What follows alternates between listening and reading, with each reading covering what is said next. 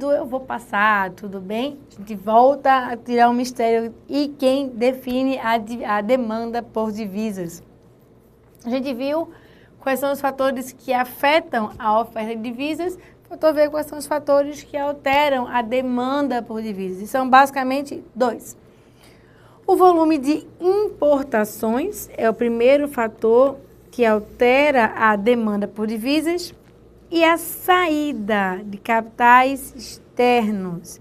Então, de novo, o que a gente está analisando?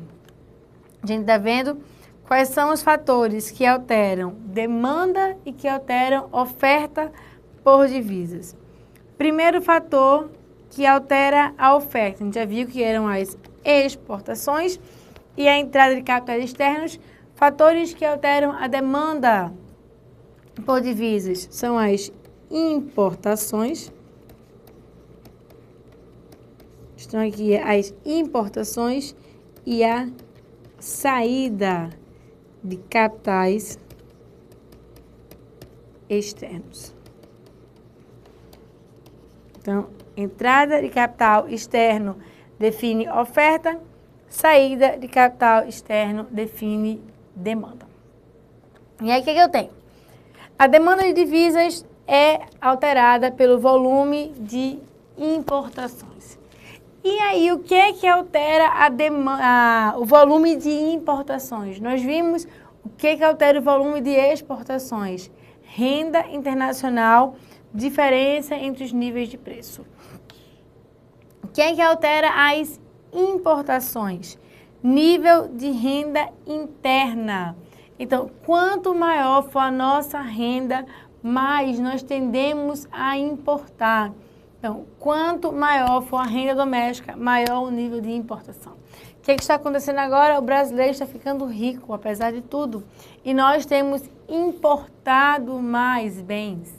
Então, quanto maior a renda, maior a demanda por importações.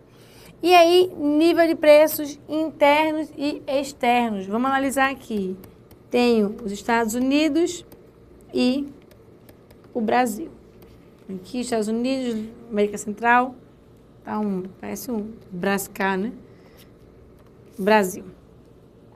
Vamos dizer o seguinte agora. Vamos dizer que o preço internacional, a gente viu aqui que o preço internacional estava mais caro.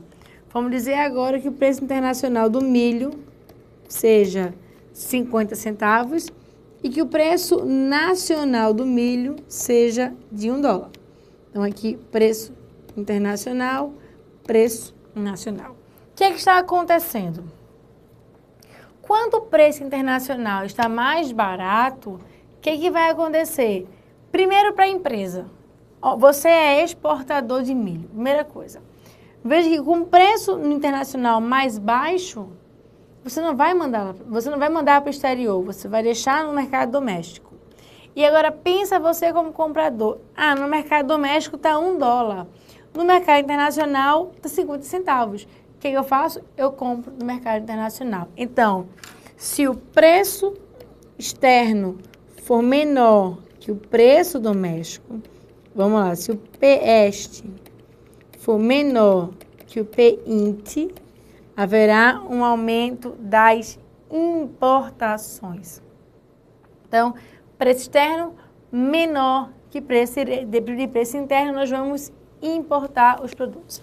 E isso acontece hoje no Brasil com uma frequência enorme. Nós temos aumentado em muito o nosso volume de importações, porque nossos preços estão ficando muito mais caros e aí a gente está optando por fazer a importação desses bens. Nível de renda interna, só para confirmar, quanto mais rico nós temos no Brasil, então, quando aumenta a renda, quando aumenta o PIB nacional, nós vamos aumentar o consumo das famílias. A gente já viu isso no mercado, na economia fechada. Sendo que nós não vamos só consumir apenas produtos nacionais. Nós vamos fazer também com que haja um aumento das importações. Então, quando aumenta a renda, há um aumento do consumo, há um aumento das importações. Eu não vou consumir apenas bens nacionais, eu vou consumir bens importados também. É isso que está definido. Então, essa é a primeira explicação de demanda por divisas. O que faz com que eu demande divisas é aumento da renda interna, diferença de níveis de preço interno e externo. E aí, bem intuitivo, eu quero comprar sei lá, um iPhone, digamos, né? iPhone no Brasil custa bem caro. Eu quero comprar, eu analiso e vejo que o iPhone no exterior está bem mais barato. Para eu comprar um iPhone no exterior, digamos que seja possível, digamos que a receita não vá tumultuar o ambiente, tudo isso digamos. O que é que eu faço? Eu vou ao mercado internacional, compro em dólar. Sendo que o mercado internacional não vai receber em dólar. Eu vou, troco a minha demanda doméstica, troco a minha moeda doméstica pela moeda internacional. Então, eu demando moeda internacional para poder fazer o pagamento dos bens. Então, por isso, aumenta a demanda. Do outro lado, o que é que afeta a demanda por divisas? É a saída de capital externo. Como é que isso é dado? Vamos ver aqui. Digamos, de novo, aqui eu tenho Estados Unidos, tá aqui, e aqui eu tenho Brasil. Digamos que a taxa de juros do Brasil passe para 0,5% ao ano. Digamos, isso aqui é uma coisa super hipotética. E os Estados Unidos têm uma taxa de 3% ao ano. O que as pessoas vão fazer? Elas vão investir no Brasil? Não, elas não vão investir no Brasil. Elas vão buscar aquilo que tem maior possibilidade de ganhos. Então, o dinheiro vai sair do Brasil e vai aos Estados Unidos. Quando o dinheiro sai do Brasil e ele entra nos Estados Unidos, por causa dessa diferença de taxas, haverá um aumento da demanda por divisas. Eu preciso de dólar para poder investir nos Estados Unidos. Então, desconsiderando aqui qualquer nível de risco país, que a gente vai ver mais na frente, se a taxa de juros externa for maior que a taxa de juros interna, isso vai fazer com que haja uma saída de capitais. Quando sai capital, as pessoas vão demandar dólar. Obviamente, analisando aqui na lousa, quando eu tenho um aumento da demanda por dólar, considerando esse equilíbrio inicial 1, quando eu vou para esse equilíbrio final 2, o que é que está acontecendo aqui? A taxa de câmbio, ela tende a subir, gerando uma desvalorização da nossa moeda local, uma valorização da moeda internacional. O que acontece hoje no Brasil? Dólar quase na casa de R$3, ainda não, mas sim, eu espero que quando você estiver vendo esse vídeo, ainda não esteja em R$3, mas muito próximo de. Então, o que vai acontecer se a taxa de juros, de câmbio continuar aumentando? Por que é que a taxa de câmbio está alterando tanto, está aumentando tão consideravelmente nos últimos tempos? Porque está tendo uma saída de capitais externos.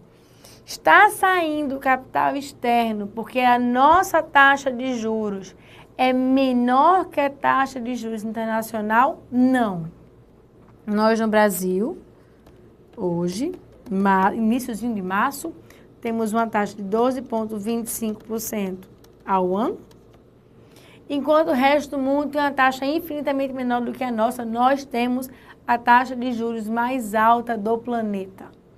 E por que é que está tendo uma saída de capitais, não uma entrada de capitais? Existe uma forte saída de capitais pela incerteza. As pessoas não sabem o que é que está acontecendo. As pessoas têm medo do novo arranjo que o governo está fazendo e estão tirando o seu recurso. Então, esse movimento que nós conseguimos observar hoje, ele é explicado sobremaneira por uma crise de expectativas. Então, não é É uma saída de capital externo, sim, mas não motivada por uma diferença de taxa de juros, caso isso caia na sua prova. Então, eu já entendi o que é taxa de câmbio. É o preço da divisa, o preço da moeda internacional em relação à moeda local. Eu já entendi o que é que leva à alteração da oferta de divisas, o que é que leva à alteração da demanda por divisas. Então, oferta, exportação, entrada de capitais externos. Já sei o que altera as exportações, já sei o que altera a entrada, o que leva aqui para que exista a entrada de capitais externos. Já entendi o lado da demanda, já sei o que altera o volume de importações, o que altera a saída de capitais externos. Já entendi tudo isso. O que eu preciso saber? O governo, dada a importância dessa variável, o governo mexe nela, o governo altera essa variável.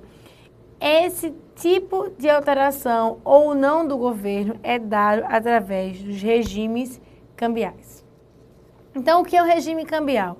Regime cambial nada mais é do que uma explicação de se o governo altera ou não o câmbio, se o governo mexe ou não no mercado cambial. Então, tem o mercado e eu quero saber se o governo faz intervenções ou não faz intervenções naquele mercado em específico. Então, quando é que eu tenho um regime de câmbio fixo? Quando o governo determina qual vai ser a taxa de câmbio. Então, ele diz, a partir de hoje, o meu câmbio vai ser $1, $3, digamos, e fixa isso. Isso não quer dizer que o governo vai definir isso através de um papel, né? Não vai dar uma canetada e vai dizer, cumpra-se. Não é isso. O governo vai, quando ele define que vai colocar uma taxa de câmbio fixa, o que ele está fazendo? Estou pegando aqui a quantidade de moeda, né? Esse é o preço, demanda e oferta. Quando eu venho para cá e eu defino que esse aqui é o preço de equilíbrio e esse preço ele é fixo, o que é que vai acontecer? À medida que a demanda se altera, eu vou alterar, o governo vai alterar a oferta de divisa para manter esse câmbio fixo, para manter esse câmbio aqui inalterado. Então, quando o governo faz, a partir de hoje o câmbio vai ser fixo, o que é que ele está querendo dizer? Que a partir daquele momento não é que vai ser cumpra-se daqui por diante, não é isso. É que o governo vai utilizar da alteração da oferta de dólar para poder manter esse câmbio estabilizado. Ponto importante nesse entendimento é o seguinte, é que, logicamente, para que o governo possa alterar a oferta para lá e para cá, ele precisa ter muito dinheiro guardado. Diz aqui no Nordeste que ele precisa ter muita bala na agulha para poder segurar o câmbio dentro do patamar que ele quer. Informação importante, o câmbio fixo não quer dizer que é um câmbio permanente. Eu não vou fazer isso, não vou deixar aquele câmbio permanente o resto da vida. Eu posso, por mais estranho que pareça o termo, eu posso variar o câmbio fixo, eu posso alterar o patamar desse câmbio. Então, por exemplo, eu posso definir que o preço vai ser esse aqui de laranja mais alto, ou eu posso definir que esse preço vai ser esse de laranja aqui mais barato. Então, o câmbio ser fixo não significa dizer que ele é um câmbio permanente, um câmbio inalterado. O governo pode alterar sim, para cima e para baixo. Quando o governo altera para cima e para baixo, isso vai levar a movimentos de valorização quando a taxa de câmbio diminui ou de desvalorização quando a taxa de câmbio aumenta. Então, um primeiro rigor importante. Quando se falar de regime de câmbio fixo, existe um movimento de valorização quando o governo reduz o câmbio fixo, e de desvalorização quando o governo aumenta. Por que eu estou falando isso? Porque vai ter um movimento de apreciação e depreciação. Então, a apreciação é de um outro regime cambial. A valorização, regime de câmbio fixo. Isso é bem importante de ficar definido. Quais são as vantagens do regime de câmbio fixo? Duas vantagens. Facilita tomar a decisão dos agentes financeiros. Eu sei o que vai acontecer no futuro, porque o governo já definiu qual vai ser o câmbio para daqui a 3 meses, por exemplo. Então, o governo diz, o câmbio daqui a 3 meses vai permanecer 2-1. Então, eu posso tomar as minhas decisões. Imagina que eu sou importadora. Eu posso definir o quanto eu vou comprar e como eu vou faturar em função do meu câmbio. O problema é que, e aí, aliás, além disso, qualquer desvalorização cambial, se o governo decidir desvalorizar o câmbio, se ele conseguir subir o câmbio por alguma razão, o que vai acontecer? Ele consegue ajustar a balança comercial. Então, o governo consegue ir ajustando a balança comercial através de alterações no câmbio fixo. Essas seriam as suas duas vantagens, no caso do câmbio fixo. Só para que você entenda, com uma desvalorização cambial, haverá um aumento da taxa de câmbio. Esse aumento da taxa de câmbio vai fazer com que haja um favorecimento das exportações, porque agora, digamos que antes eu ganhava R$1 para $1. Se o governo desvalorizar, eu vou ganhar R$2 para o mesmo $1. Então, temos todo incentivo a exportar. Então, quando há uma desvalorização cambial, haverá um aumento das exportações, haverá uma redução das importações. E aí, no regime de câmbio fixo, eu consigo, desvalorizando a moeda, equilibrar a balança comercial. Quais são as desvantagens? Essas desvalorizações, se elas forem constantes em ambiente inflacionário, vai fazer com que a inflação suba ainda mais. Por exemplo, digamos que a gente adote um regime de câmbio fixo. Se a gente adotar esse regime de câmbio fixo, o que é que vai acontecer? Se o governo desvaloriza uma vez, digamos, passando de 1 para 2, e eu faço a importação de petróleo, o petróleo ficou mais caro. Então, eu vou ter que repassar esse custo de alguma maneira para o meu cliente. Quando eu repasso, aumenta o preço. Além disso, essas desvalorizações constantes levam a outro problema. Qual é esse outro problema?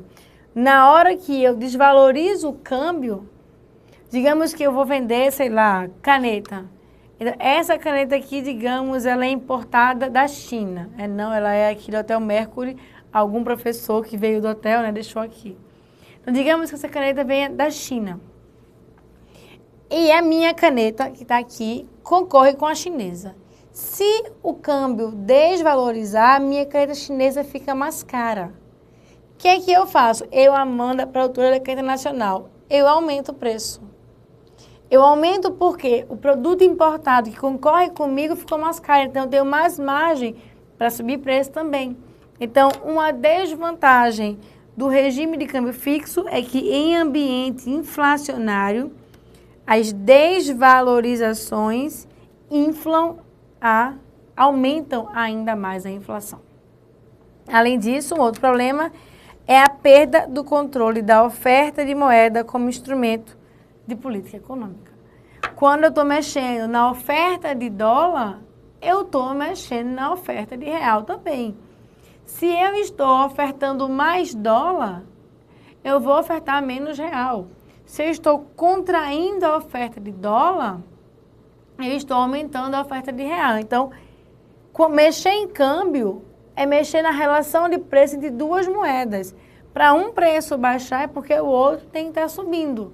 E para um preço diminuir E um preço aumentar, o outro tem que diminuir. Então, eu perco completamente o controle da oferta de moeda. Não tem jeito. Então, importante sobre regime de câmbio fixo, essas informações, principalmente as vantagens e as desvantagens. Só para concluir aqui, uma coisa importante, quando se falar em regime de câmbio fixo, só que fique bem claro, eu acho que talvez isso não tenha ficado muito claro na minha explicação, a alteração não é só da oferta, tá? O governo pode também fazer alterações. Aliás, não é. Aliás, fiz até uma coisa errada aqui. Deixa eu só apagar isso aqui para arrumar vocês. Quando eu falar aqui em regime de câmbio fixo, quando há uma alteração da demanda, o governo vai alterar a sua oferta. A oferta de moeda.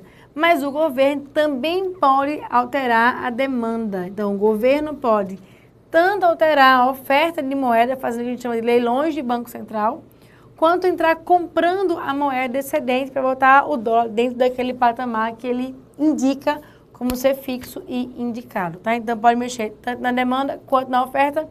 Quem faz isso no Brasil é o Banco Central. O Banco Central que mexe com oferta e demanda de câmbio, ou de dólar, ou de divisa.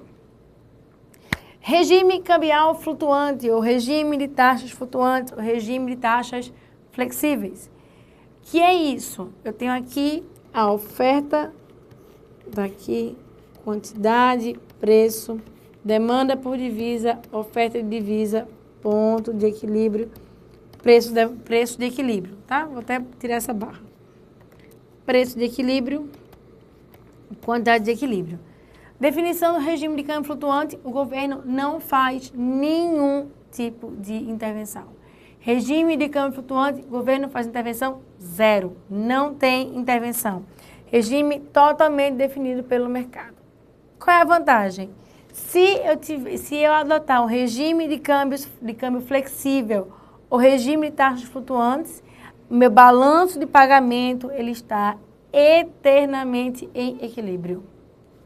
Não há desequilíbrio nenhum no balanço de pagamentos. Então, a balança comercial é compensada pela conta financeira. Então, há um total equilíbrio do balanço de pagamentos de tal forma que ele é sempre zero. Ele sempre está zeradinho.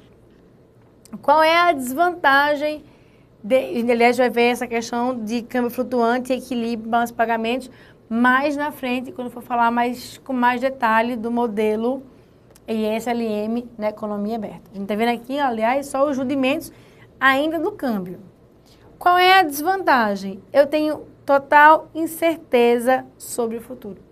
Não sei o que é que vai acontecer no futuro. Não sei se o dólar vai para R$5.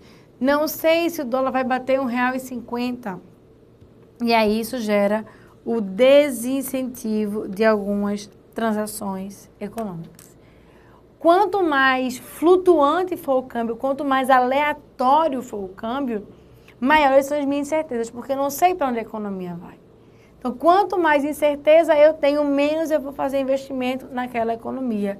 Então, desincentiva algumas transações econômicas.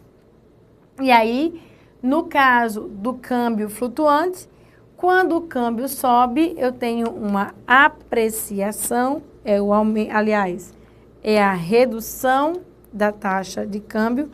Quando o câmbio sobe, eu tenho uma apreciação. A apreciação está para o câmbio flutuante, assim como a valorização está para o câmbio fixo. E se o câmbio sobe, eu tenho uma depreciação.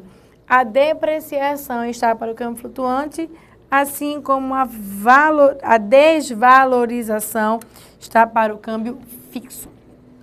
Então, dois modelos de regime cambial bem distintos.